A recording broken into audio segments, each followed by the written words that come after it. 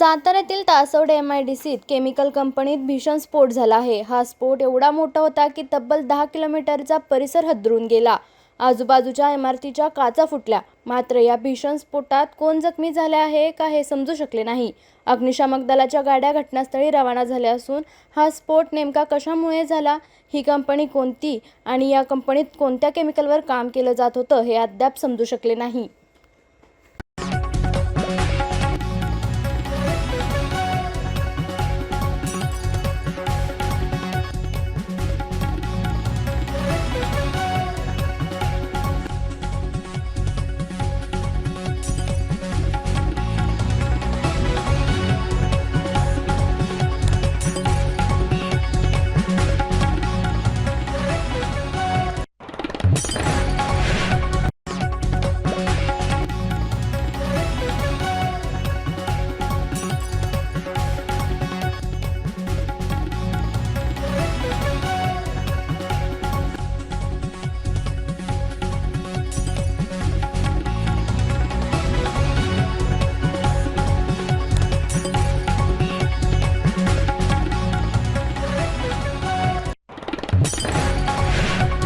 आपल्या तालुक्यातील जिल्ह्यातील बातम्या सर्वप्रथम पाहण्यासाठी आजच सातारा न्यूजला YouTube चॅनलवर सबस्क्राइब करा, लाईक करा, शेअर करा आणि बेल आयकॉन प्रेस करायला विसरू नका।